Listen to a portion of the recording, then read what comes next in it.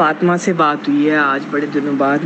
منیب کی وہ تو بات ہی نہیں کر رہی تھی نا، اس سے کہ وہ تو میاں بچے تو میری خالہ کے گھر آ گئے تھے. تو فاطمہ نے بتایا کہ یہ جب انٹر ہوئے تو سلمان بھائی بھی گھر میں تھے، یہ بھی تھی، ختیجہ بھی اور ابراہیم بھی، دونوں بچے اور ماں باپ. تو جب وہ انٹر ہوتی نا، آگے ہو کے لڑکا آیا اور بالکل فاطمہ کے یہ لوگ یوں لاؤنج میں تھے. اچھا میرا خیال تھا سلمان بھائی گھر میں نہیں تھے، سلمان بھائی بھی تھے. اور سلمان بھائی نے سارے جو جنرل اور ان کو فون کیا، کسی نے فون نہیں اٹھایا. یہ حرام زادے عاصم منیر نے کروایا ہے، اور ہر جگہ فون کیا تو یہ گھر میں آرام سے بیٹھے ہوئے تھے. مطلب آرام سے اس طرح بیٹھے تھے کہ ان کو پتہ تھا حالات خراب ہو رہے ہیں، اور انہوں نے پہلے ہی کہہ دیا تھا کہ میں سویلینز پہ کوئی گولی شولی نہیں چلاؤں گا. میں نے آپ کو بتایا نا کہ بڑا یہ نیک انسان ہے. تو وہ کہتی ہے کہ وہ ایک دم سے جب لوگ انٹر ہوئے تو اندر یوں کمرے میں آئے تو مجھے کہتی ہے میں تو آپ بیٹھوں گی، اب کل جانا ہے اس کے گھر. اب 2-3 دن تو ہم گئے ہی نہیں کہ سب لوگ جا رہے تھے. تو اب میری خالہ نے کہا کہ اب سب آ رہے ہیں تو تم لوگ کیوں رکے ہوئے ہو. تو آج منیب سے اس نے لمبی بات کی ہے فاطمہ نے. تو کہتی ہے کہ ایک دم وہ جوان سا لڑکا آگے آ کے جیسے ڈنڈے نہیں پکڑے ہوئے آگے آ کے آیا، اور یہ کہتا ہے کون ہو تم، اس کو کہا فاطمہ کو. تو فاطمہ نے کہا میں اس گھر میں رہتی ہوں، میں اس گھر میں رہتی ہوں. منیب کیا کہا تھا؟ گھر میں رہتی ہوں کیا؟ اور دوسرا جملہ کیا کہا تھا؟ میں اس گھر کی کیا ہوں، میں یہاں رہتی ہوں، میں گھر میں رہتی ہوں.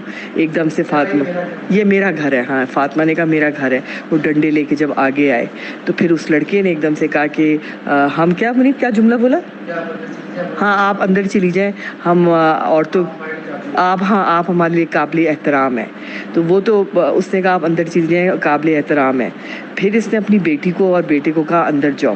تو بیٹی نے کہا کہ وہ جو ختیجہ جس سے میں عیسیٰ کی کرنا چاہتی تھی وہ والی، اس نے کہا کہ میں اماں آپ کے بغیر اندر نہیں جاؤں گی.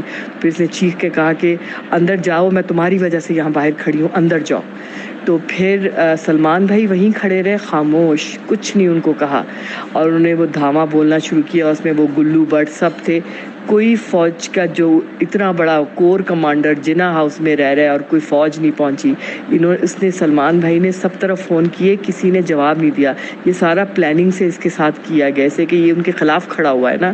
اس نے پہلے کہہ دیا تھا کہ میں نہیں کروں گا کچھ، میں کوئی آرڈر نہیں دوں گا پورے لاہور کو، میں نہیں. لاہور تو اس کے انڈر تھا نا سلمان بھائی کے.